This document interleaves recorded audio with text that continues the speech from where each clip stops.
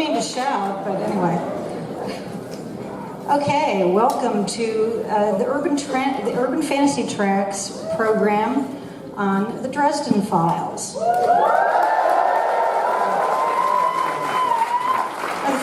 first thing I want to know, which is what I always ask every time, is how many of you have come to some of the other Urban Fantasy Track programming this con? Okay, thank you.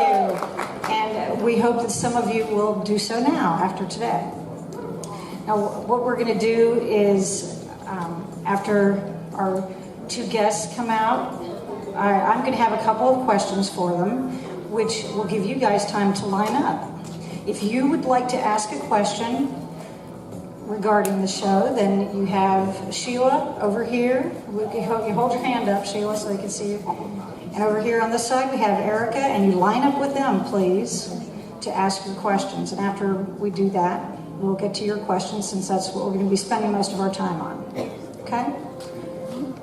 So today, we have the gentleman who created the character of Harry Dresden, Jim Butcher.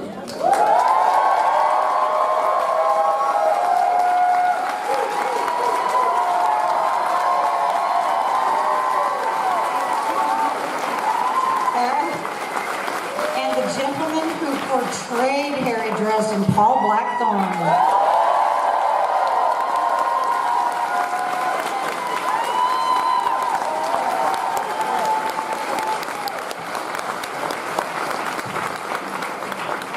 Hello.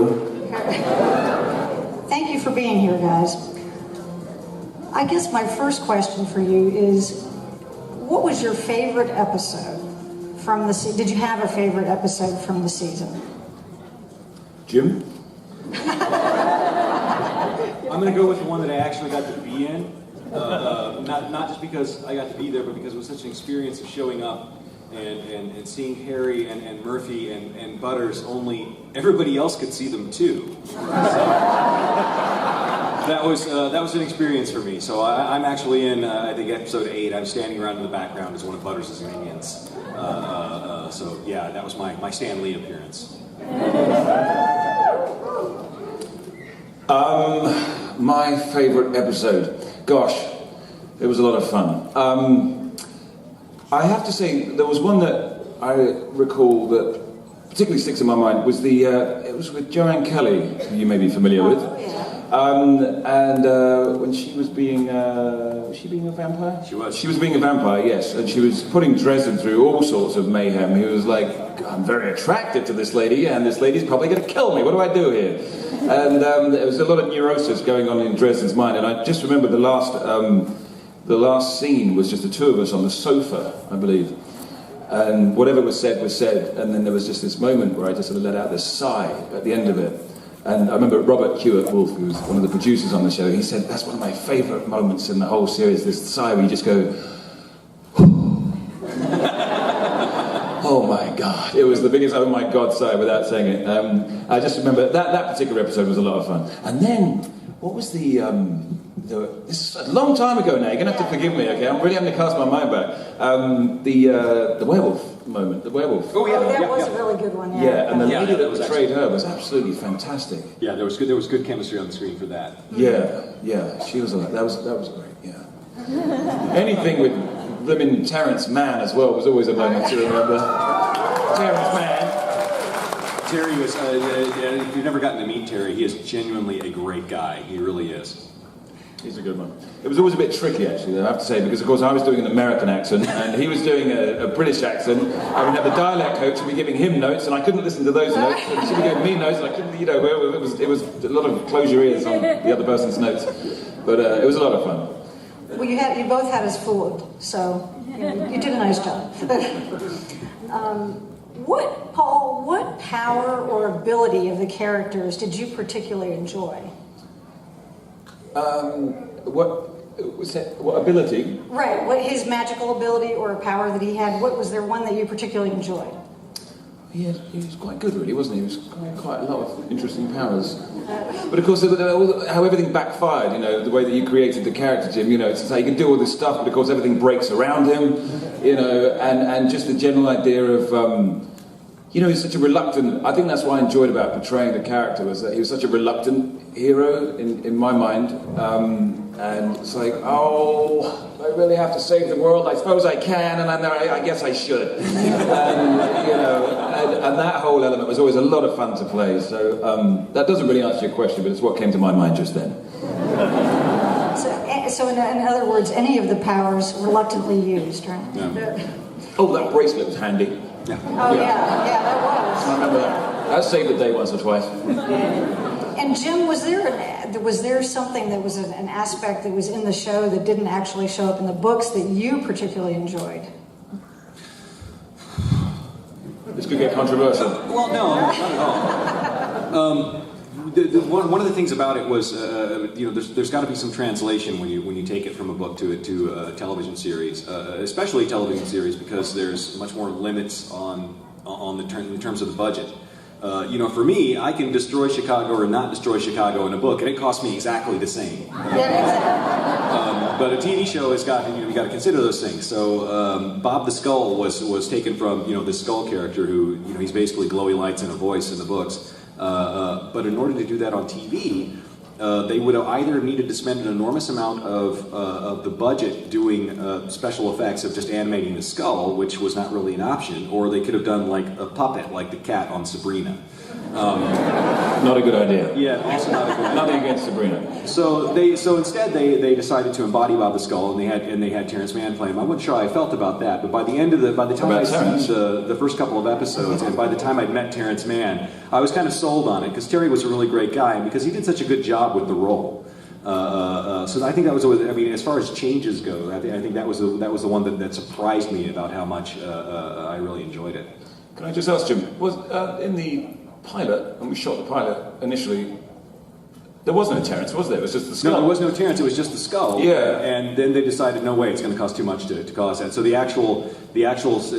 original pilot, the actual shots with Bob the Skull in it just have like this green cylinder. And a voice coming out of it, but just a green cylinder that says temporary shot, and it never became anything else. It's just a green cylinder there. So what did we do? Did we pick up shots later on with they edited it down, and they wrote his part out of it, which made it much more confusing. But the episode that was originally was a 2-hour pilot, and they edited it down to a 1-hour episode. And then showed it 8, I believe. Yeah, I think they mostly concentrated on making sure that he got to kiss Murphy. And that was the... He got to kiss Murphy? Yeah, you got to kiss Murphy, yeah. Oh, me? Okay. Yeah, you. Did Bob kiss her? And I have to say, I would concur with all that as well. It's a lot easier working with a human being than it is a green blob in front of you that the script supervisor lady would be saying the lines off and all the rest of it. So, yeah, I'm glad they cast a human being in the end. Yeah. It's always a bonus. Okay, we will start over here on the right, well, my right, with Sheila. Hi there, this question's for Jim. In Deadbeat, it's mentioned that the Lieb der Elking books were mostly destroyed by Cal when he was going through, right? So that left maybe 1 or 2 copies left in the world, basically. So in I'm still waiting for the question. it's set up. So in Cold Days, who called the Wild Hunt? In Cold Days, who called the Wild Hunt? It hasn't really been specified yet. It's probably safe to say that Mab set it up, though. She was setting up most of that stuff, so. Okay, thank you. Sure. That answered the question. Yes.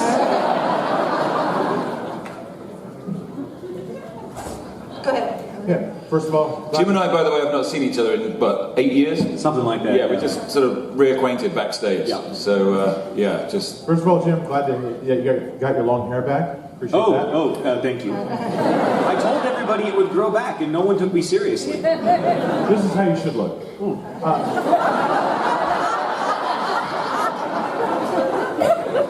Okay, so is there any chance of a spin-off of Dresden from one of the other characters, like, I don't know, Murphy or Butters, I don't know, someone?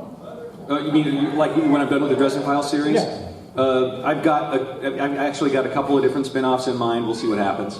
It's with a character you've seen yet, and I'm not going to tell you who.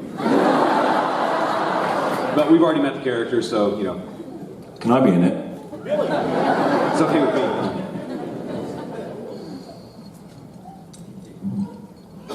Yes, Jim. As much as I'd like to see the Dresden Files brought to life before, where's the countdown at until we can get to see it again? Well, I used to keep track of the countdown of how long it would be before I had the rights back after Sci-Fi was done with them. They gave them up early, so they were out and marketed again. They've been picked up by a major production company. We'll see if anything happens. Yeah, ooh. It's Hollywood, man. Maybe it'll happen, maybe it won't. It's all a lot of talk until the check clears. But we'll see if they actually get anything done with it or not. It's a company that has done, I mean, you would know, I could start listing movies and everybody here will have seen them. But I don't want to say anything more than that. Thank you. Sure. Oh, you had. So, in your magic system, it's super engaging and intuitive and really interesting. I want to know, how much of that did you plan before you started writing the series, and how do you keep it from ruining your world? Because you are able to make things that are completely ridiculous happen, but explain them in such a way that everybody's like, oh yeah, it totally makes sense that you have a Tyrannosaurus Rex running down Main Street. How do you do that and make it not so fantastical? When I was researching it, I went and hit up the local metaphysics section at the Border store, and I just picked up about half a dozen books about magic. I figured I would go and read books by people who actually incorporated it into their belief system. And so after that, I just went through it like a salad bar, and I took all the things that I thought would be good, or interesting, or would cause Harry Dresden problems. Because really, the main thing that when you're writing a story, the main thing you've got to do is you've got to cause problems for your protagonist, and you've got to make sure he has a horrible day, and that everything bad that's going to happen is going to happen to him at the worst possible time, and then you shoot him. And I'm sorry, I got asked my favorite moment that I'd ever written, and it's like, oh, it had to have been when I shot Dresden, and yeah, I did that. I never knew about that. I totally killed you in like book 12. Really? Book 13, you had to solve your own murder. See, that's good stuff, right? That's good stuff. That should be on TV.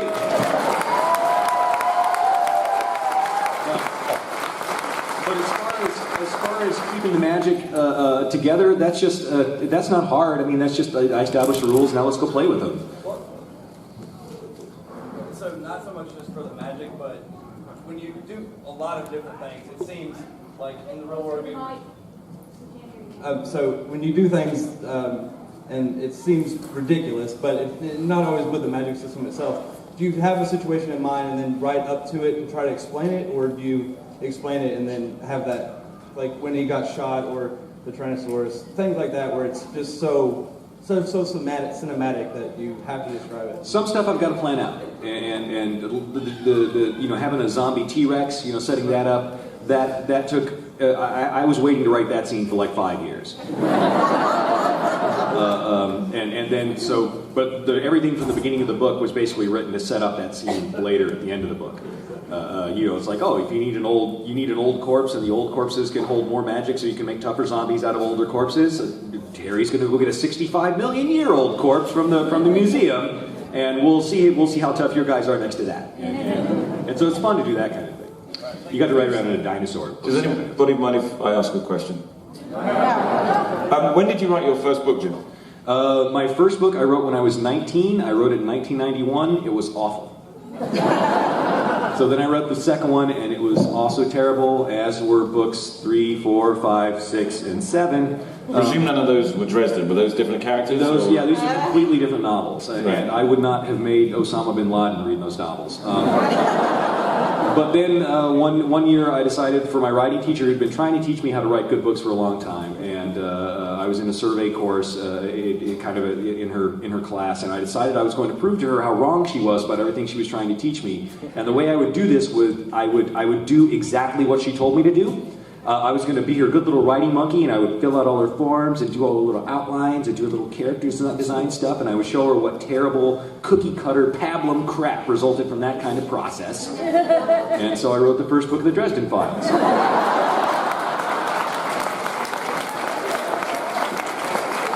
Which, which showed her.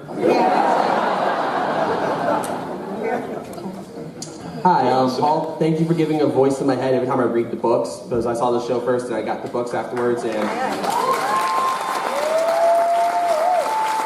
Thank you very much. you know, you never wear another duster in the series, really, like Harry does in the books. I see you running around a lot of times, especially in the weird places like when you go down to Mexico, but that's another story. Okay, we'll talk about that afterwards. Okay. But I actually have two for Jim, because I have a friend of mine who can't speak today. She had a great character if she did, so I do apologize. The first is, I saw in your AMA when Cold Days was coming out that you said you had a couple more books lined up for Harry. Do you have maybe a shot in the dark how many you think you have left?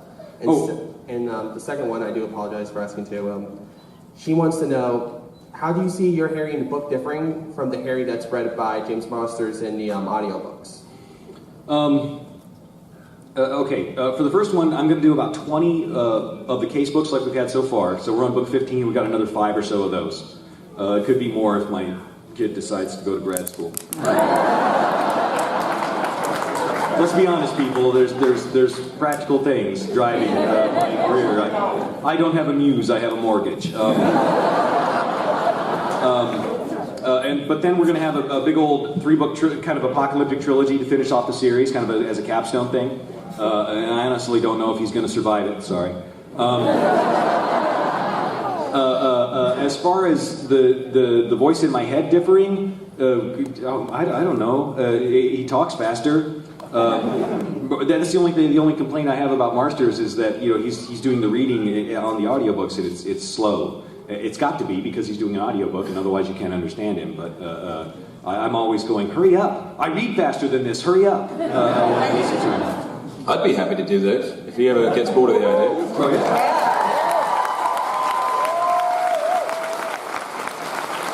That would be perfect. Okay, here, Erica. Hey, I have a question for Jim. Oh, you. So, since Harry lost his staff and his blasting rod, do you think in the next book maybe we'll see him with a hockey stick?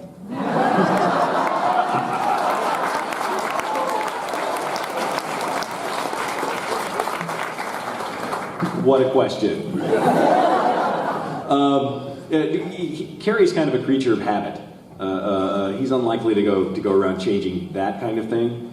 Although that was another one of those things that I frowned about because it's like, why would they give him a hockey stick instead of a wizard staff? Who carries around a hockey stick? And I got on the plane to go up to Toronto to visit the set while they were filming, and there were 14 guys on the planes with hockey sticks. They just let these guys on the plane with clubs. And I'm like, what? And they're like, it's Canada, man. I'm like, oh. Okay. All right, I understand.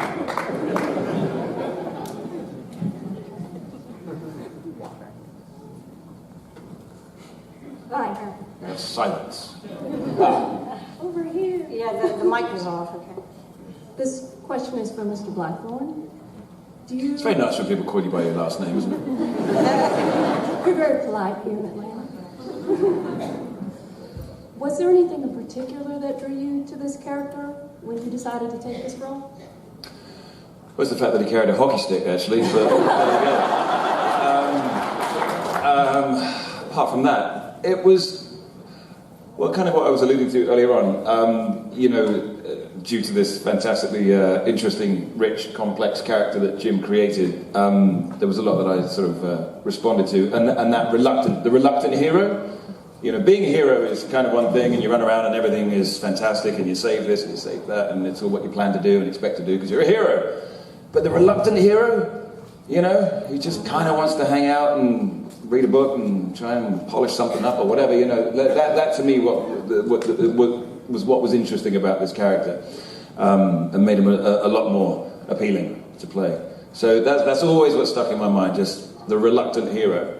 And I always think it was slightly more heroic, the fact that he did actually get off his bum and do stuff because he was so reluctant in the first place. So, he's actually more of a hero as a result of being reluctant. But anyway, so that was it. For sure. being a hero is like really hard on your house and your car, and you know, it's just not practical. You have to look the part and everything. If you would just rather kind of go to the bar and get a beer, being a hero is really inconvenient. Hi, this question is for Jim, but it's a little bit of setup. Because I had read the books, my wife and I had read the books. We hadn't seen the show. We didn't know really much about the show at the time. Then later on, we saw the gates with Blackthorn, and we were like, oh, he would be a perfect Harry Dresden. So we actually seen the series, and we're like, oh my god. And I'm just wondering if you had any kind of hand in the casting of the show, or if you had any kind of approval of who would play Harry. Should I close my ears? Not Blackthorn, not Blackthorn. None whatsoever. I had a wee bit of influence because I happened to get along well with Robert Wolfe. And so he had one point had dropped me an email and said, hey, is there anybody that you think we should look at? And I had a couple suggestions. He said, well, we can't look at them. So, I mean, that was that. Although I do know that it came down, the final two that they were considering for the role, it came down to Paul, and it came down to Jane from Firefly. And they decided that... They decided that Paul could pull off the kind of darker side of Dresden a little bit better. That he could do that he could kind of do those dark, intense moments a little bit harder.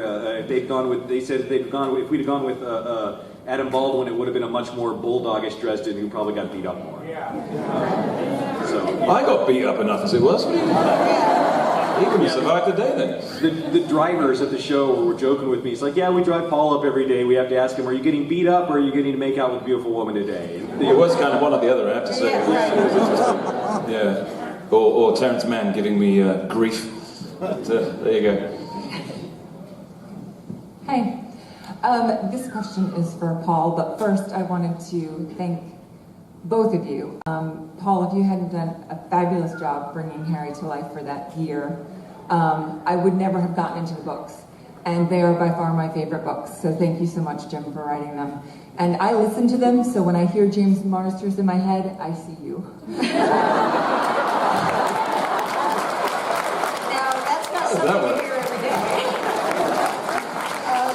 That's interesting. So I was wondering if you had ever read any of the books, even a couple before you took on your role as Harry. It all happened in a bit of a whirlwind, as these things tend to do. The pilot was cast. I was cast in the pilot. And yeah, it's an ongoing process. It took forever, and I completely messed up the first sort of. You have a sort of. I can't remember. Did I have an audition? I had a test in front of the network. What normally happens is you have an audition with the producers, then you have a test with the studio, and you get signed off along the way. Then you get to the network, and the network do the big yes or no sort of thing. And I got to the network the first time round, and I completely messed it up. I just walked in there and it just fell flat on its face. And Robert and the other producers at the time came in, what's going on? What are you doing? I said, I don't know, guys. I just had a bad day. I'm sorry. I just had a bad day. And then I kind of pleaded to be let back in the room a couple of days later. And I did. And I got back in, and thankfully I kind of knocked that one out of the park. So I was like, thank you, whatever, thank you. I was very grateful. And then the next thing you know, you're filming. We went off to Toronto very soon after that, and then once you've been offered the part, you're like, okay, well, I've got to get my head around this part.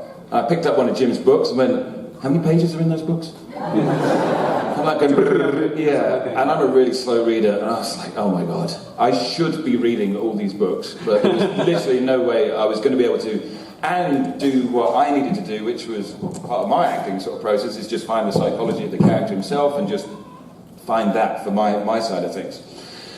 So I sat down with the producers, and I would have loved to have sat down with Jim, but that would have never happened at that stage. And just rummaged around as best I could, asking as much as I could about the mythology that already existed and the nature of the character, and then just try to pick up from there and add to it whatever I could. And then, 10 minutes later, you're standing in front of a camera going, okay, I guess I'll do it like this then. Yeah. And that was it. So the answer to your question was no. But I do like to babble on for hours. I'm going to ask this question two ways so you can both answer it. Jim, you said you liked how Terrence Mann portrayed Bob in the show, so I was wondering if you liked that they changed the lecherous pig to more of an Alfred in the show. And Paul, how would you have felt acting to a Bob that was a lecherous pig as opposed to Alfred? A lecherous pig. Oh, hang on, I'm confused. I thought you were talking over there. You have to understand, there's these big bright lights and it's very shadowy. Yeah, exactly. We are blinded by the She said, light. isn't that woman over there? Okay, so that's probably why I couldn't pick up half the question. But I had something about a lecherous pig. Yes, in the book, Bob is a lecherous pig. He's all about, he's very into pornography. Oh, he's not an actual pig, he's just a sort of a natural... Okay, well you never really know in this world, right? I'm thinking, Jim, did you write something about a pig? That's a fair question to clarify. Okay.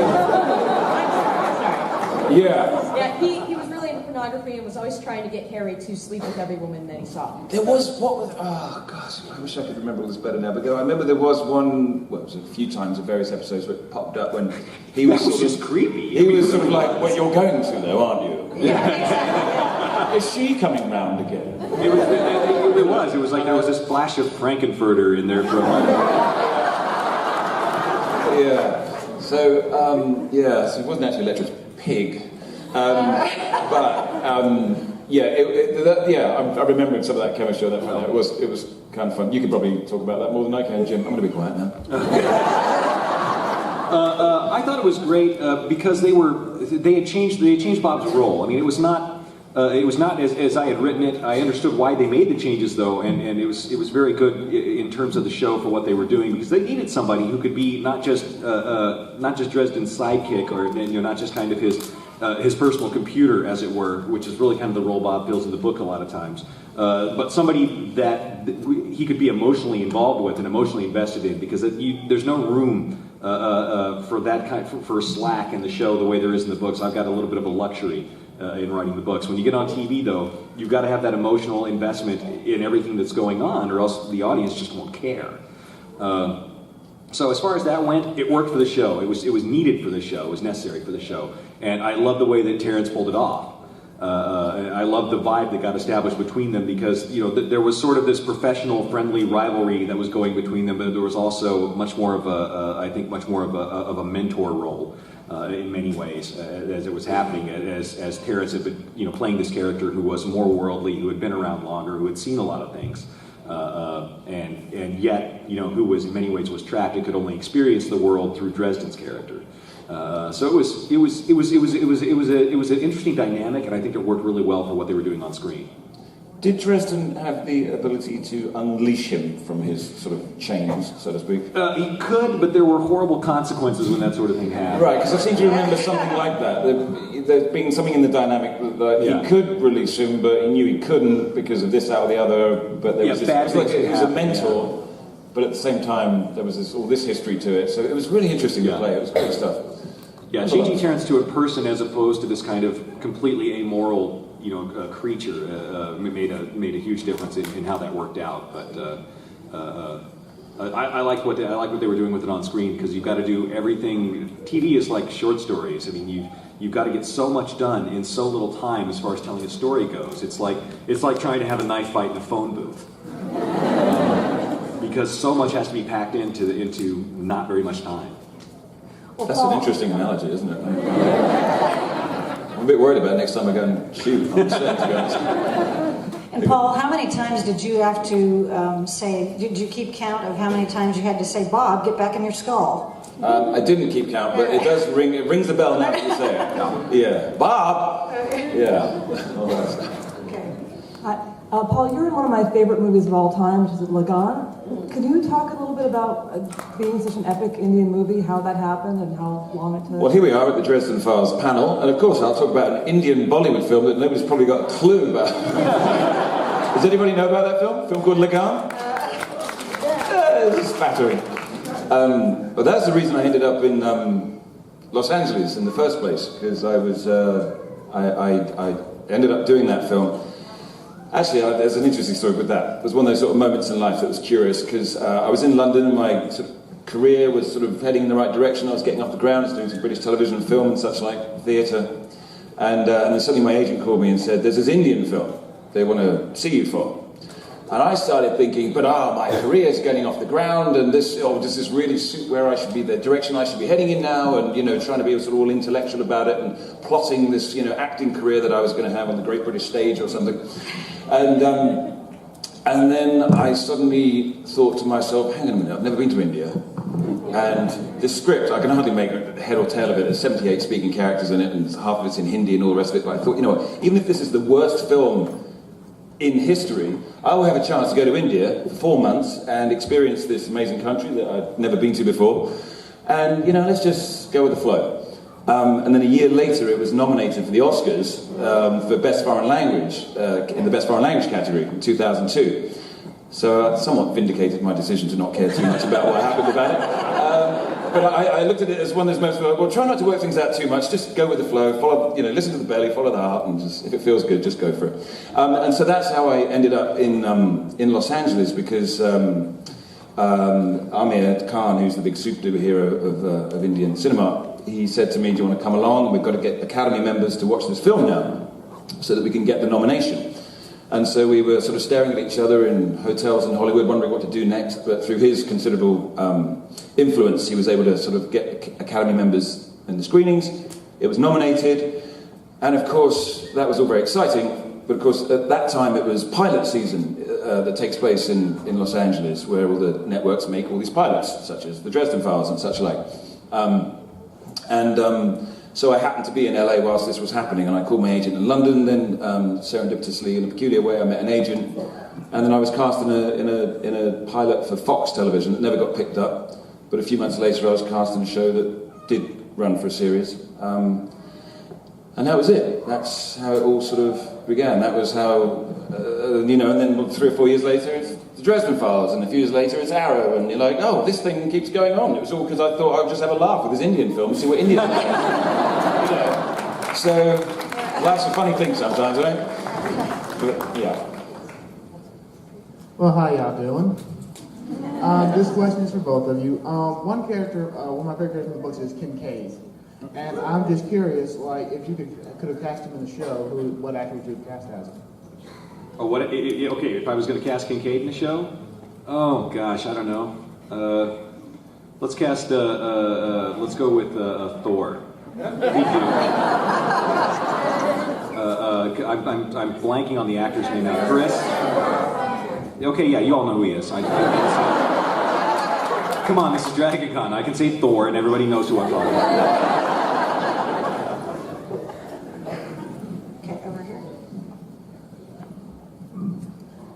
This question is for Paul. Since you've been in the Dresden Files... Am I looking in the right direction? Yes. Okay, so not over there. Okay, good. I'm staying here. Yes, Dresden Files and Arrow, of course. And before that was The River. Were you a science fiction fan before all this? I've never really been a science fiction fan or a comic book fan, but something seems to be going on here, right? No is the answer to that question. And the same thing's been said about Arrow with the... Did you read all the comic books and all the rest of it? And again, you're tuning the television show, so in that case I was very much aware that, they're creating a different world in the television show, so I'll just concentrate on what the producers are giving us each week. So I didn't look too much into that, but not a huge fan. Now, just as I got used to looking over there, you go and wander over there. You're not even listening to the answer. I'm kidding. So yeah, did that answer your question? Okay. This is for Paul. I know you mentioned that you hadn't read the books before actually portraying the character itself, but you discussed it with the network and whatnot, trying to find out how to make Harry your own character as well. I was just kind of curious what tweaks that you feel that you brought to the table as opposed to what the network provided. What I brought to the table? What tweaks? What changes that tweets? What changes? Oh, tweaks. Sorry, it's all about tweeting these days, isn't it? Sorry. I didn't tweet anything. I just kind of got on with it in my own living room. Just tweeting my character process. Yes. But what you brought to the table to alter Harry to make him like your own character, to make it your own part of that. Okay, you have to be careful because when actors start talking about their process, it's like, it starts becoming very, well, whatever. I do have quite a process in creating a character. It doesn't kind of just happen when you turn up on set. And without banging on about it for hours, or pretending that it's any great high art or anything, all I concentrate on is, well, we look around at human beings, and from here, every one of us got our own story, that created our own life, our own background, that created our psychology, that created how we're behaving in this very moment, right? And in the scenes of a story, television, or whatever, that is the moment you're portraying. So every moment in your life is leading up to how you're going to react in this moment. So for me, what I was taught, the method of acting that I was taught was the psychology of acting. So I create a backstory, literally from moment of birth. Glass next door. I think that's the...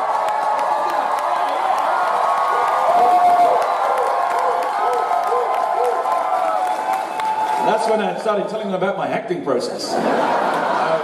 So basically, that's what happens. That's a bunch of hooligans in here. Right? I think that's the Arrow panel, right? Is that? I should probably be running next door in a second. So that's basically what happens. I will say that what I thought that Paul did that was not something that I was nearly as good at conveying in the books, is I thought that he conveyed kind of the scars that the character had carried with him very, very well. You know, you could see that Dresden had faced pain and trauma before and had been in bad, dark places. And when they said that they thought he would carry that off really well when they cast him, they were absolutely right. He did a fantastic job with that.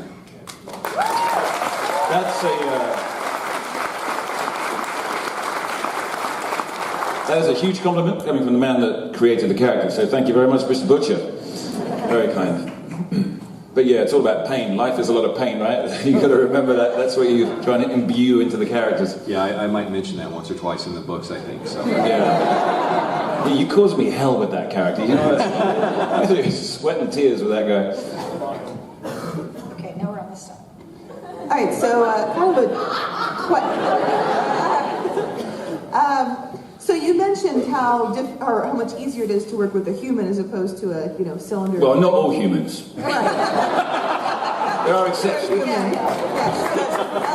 But then you said how handy the shield was. Was it weird to know that there was going to be these CGI effects coming in, and obviously it affects the process. But then also, Jim, did those effects look like what you thought they would look like when you were writing them?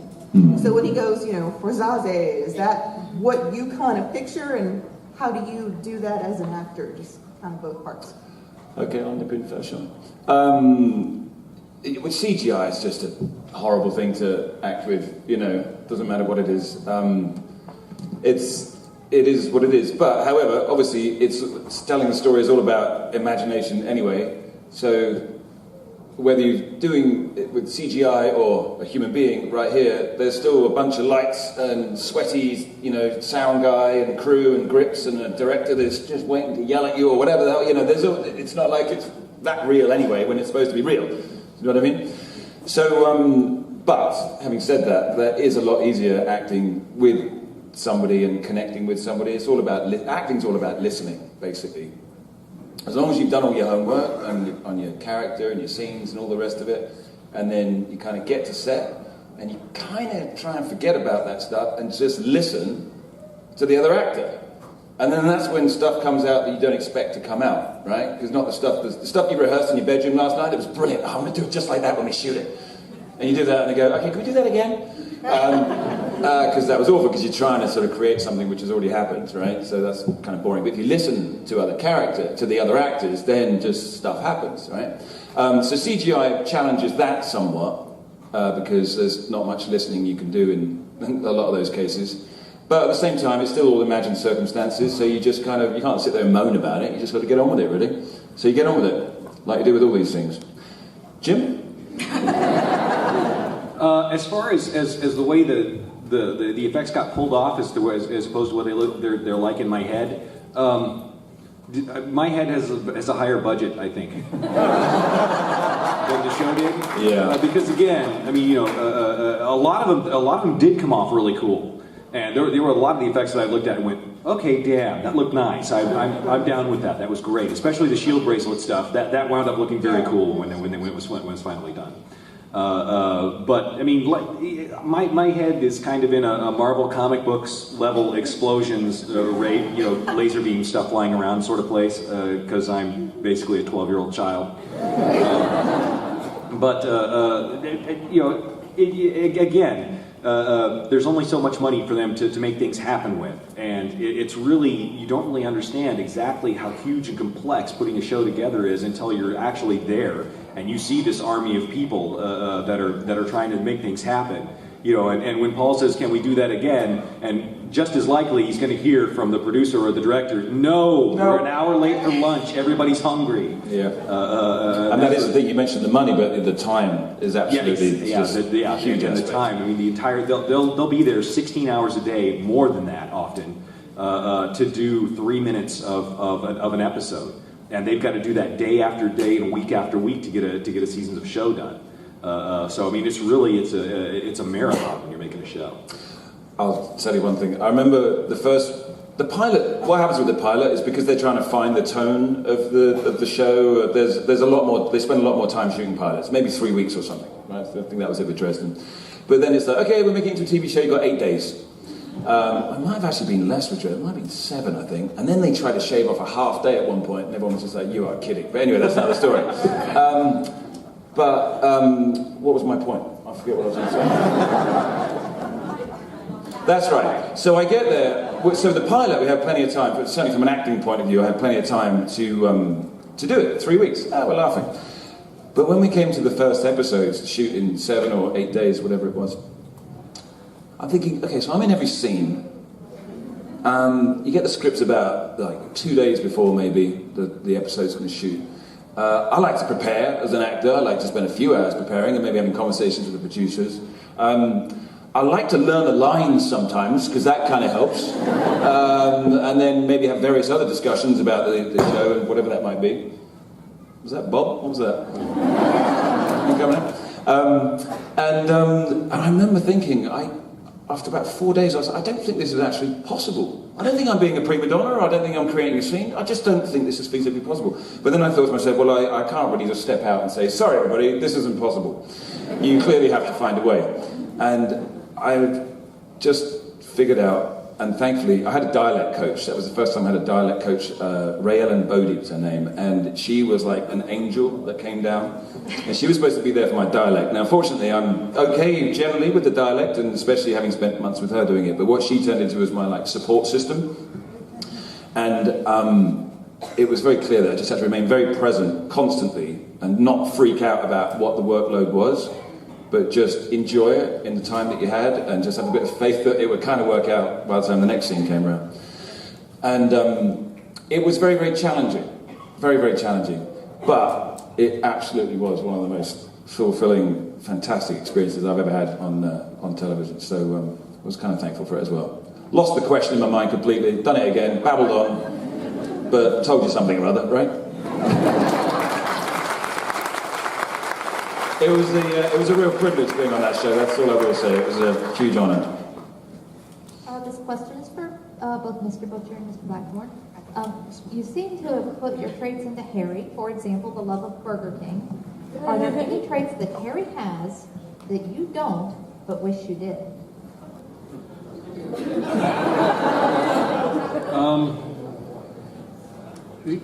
At times I kind of wish that I was a beer kind of guy. I don't actually do alcohol at all. And people will come up to me and say, "We brought you this craft beer that we thought you would just love based on reading the Dresden Files." I'm like, "Oh, that is so sweet of you." I don't actually drink. I do. I'll give you my number. We'll sort that out. Now you know where to send all of the alcohol. Yeah. I'm English. Okay, over here. Maybe that. Okay. Hi, my question is for both of you. I was wondering what your favorite aspect of Harry Dresden is that we don't actually get to see on the book, on the page, or on the screen, as far as either backstory or personality.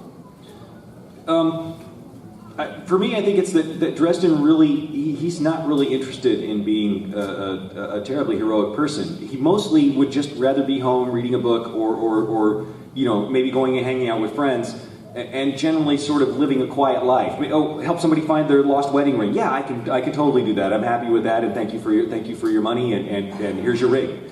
But he just keeps winding up in these circumstances. But it's boring to read about that. So basically, anything that I write in a book is the worst weekend he's going to have that year. I stop and ask myself, what's the worst weekend he's going to have? Okay, that's what I need to write about, is that right there. But you don't really get to see Dresden, living the quiet life, which he does most of the time. I'm just casting my mind back. I'm trying to think about that backstory stuff, what I would have created way back then. I remember and this was what was great actually, when the dad turned up in whatever episode that was. Right.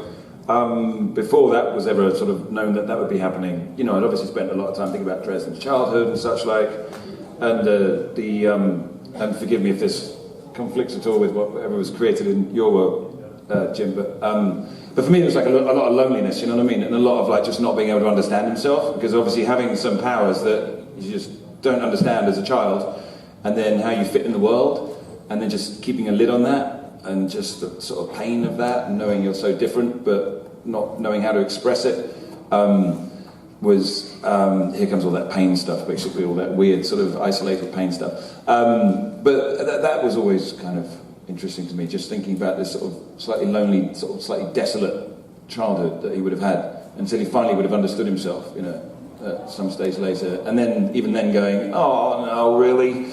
Is this, once he's understood it, then going, oh, why me? Harry Dresden is the Charlie Brown of the urban fantasy world. That's my whole backstory, you just nailed it. Okay, over this side.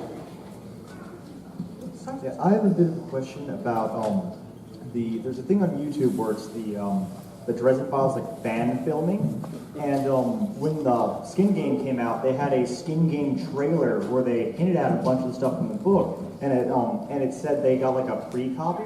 I was wondering if you had any actual connection with them, or if it was just like a producer sent them a book or something. The only connection I had with them was that I got in touch with them and asked them to do a trailer for my book.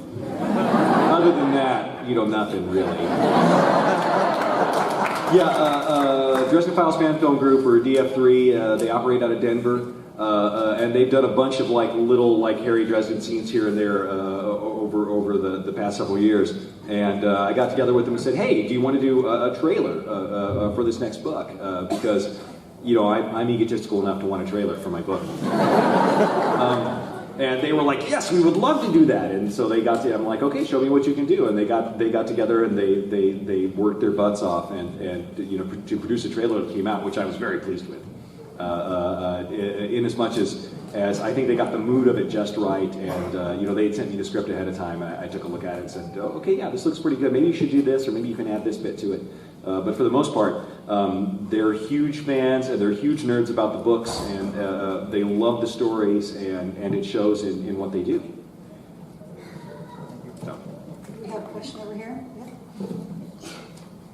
Hi, my question is for both of you. I have heard over the years a lot of flack about the series of books being made into the TV series itself. And my question is, how have you guys responded to that? And did you ever get a lot of flack from it? And what have you done to not let that get to you? Jim? The biggest flack that I've got was my book audience tripled in 1 year. And it was difficult to deal with that. There were a lot of book readers who were like, "Oh my God, I did so," and I could only turn to those and goes, "Guys, listen, it could have been a whole lot worse. I saw the first several treatments, and before Robert Wolfe got a hold of the series, it could have got mutated a whole lot worse than it did." And actually having Robert work on it and getting to talk to him and Hans Beimler, who was Robert's partner in writing it, they were great guys, and they had read the books and liked them. And so I was able to say, okay, here's my baby. You have to a degree, you have to accept that when you're a writer, when you're a novelist, and your stuff goes to be made into a film, into a TV show, your baby's going off to boarding school, and you have to be able to accept that. That's a great analogy. That's perfect. Yeah, exactly. See ya. Yeah, you're releasing a lot of control over it, and I tried to give all the positive feedback I could. I tried to approach things in terms of what can I do to help, as opposed to what can I do to try and edit this and make it more like what I originally had. So changes got made. Harry drove an old Jeep in this one instead of an old Volkswagen, because if you want to film somebody in a Volkswagen, you've got to have an expensive Volkswagen that comes apart into teeny pieces in order to be able to film any angle other than directly ahead. So they said, you know what? It'll be a lot cheaper to just get an old army Jeep, a Korean War army Jeep, which really fits the same strictures on the magical universe, because these things are really easy to fix and put back together again, and you can run them on just about anything. So Harry really can't kill it very easily. So it would be a perfect vehicle for him, and he also, additionally, he gets to be more cold. Just more misery for him to go driving around in the winter. So it's like, okay, you're right. Then that's a good vehicle for him to have, and that they did a good job with it. And you see, this is where the bit about the actors bit. Well, that doesn't matter, because the actor will be freezing his. And it was a case of driving that thing around in the winter. And have you ever tried to drive one of those things? I have not. Gee whiz. The whole thing about TV, TV parking and TV everything is that it just happens, right? Getting into one of those things, trying to find the gear and start up, it's not working. You're supposed to be just floating off, It was a very challenging vehicle to work with. It only popped up a couple of times, didn't it? It was actually clamped that one time, wasn't it? In one of the episodes, thankfully. But yeah, that was pretty challenging. But anyway, sorry. No, I was. Were you done? Good. There's the flack question. Yeah, there was some negative stuff, but you know what? I try to tell people, just enjoy it.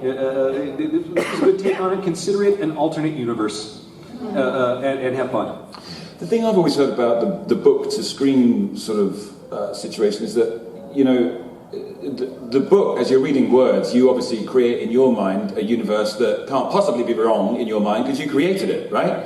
But then you see somebody else's interpretation of it on screen, which just by the very fact that it's different, will therefore be kind of wrong from your perception. Do you know what I'm saying? So I think that's why that's a constant sort of story with a book to screen sort of adaptation. That's a good observation. You know what I mean? So I think it's. I'm just going to stop there. He just said it was a good observation. I'm saying think back. It's something like that, right?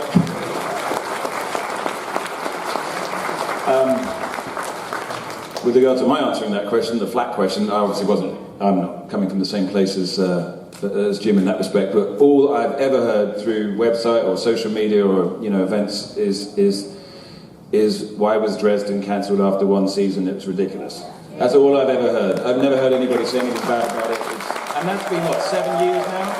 So, it's extraordinary. And some things are just inexplicable, aren't they? Because there's other shows on Sci-Fi that, very happy for them, went on for a long time, but I couldn't ever put my finger on the Dresden thing. I have my theories, and there's like pictures and bits of string that go across the room. There's no evidence for it. It's a complete conspiracy theory, but I actually think that makes conspiracy theory stronger. No evidence. Yeah, no evidence whatsoever. It's just that theory. Well, I think it also had to do with the show airing in a year where it was just a little before the curve that you see now, because the Blood Ties was out at the same time, and Moonlight, and none of them lasted very long, but now it would probably be a different story. Well, that was before True Blood, is right. What it amounts to, the success of True Blood. So. Indeed. You laid the foundation, Jim. Yes. He did. Or got crushed into it. Yeah, or got crushed into part of it. Unfortunately, that is all the time we have today, folks. But let's give these gentlemen a hand, please. Guys, I'm going to do one thing. I've got to do one thing before you step out of here. It's kind of obligatory for these panels. I've been getting into the swing of this. It's called a selfie with as many fans as possible. And in this case, Jim Butcher as well. So Jim, come back. Yeah.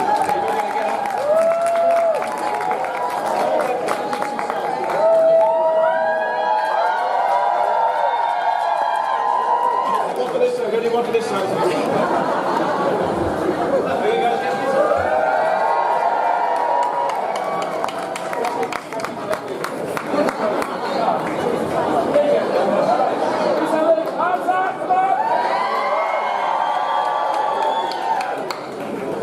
fans.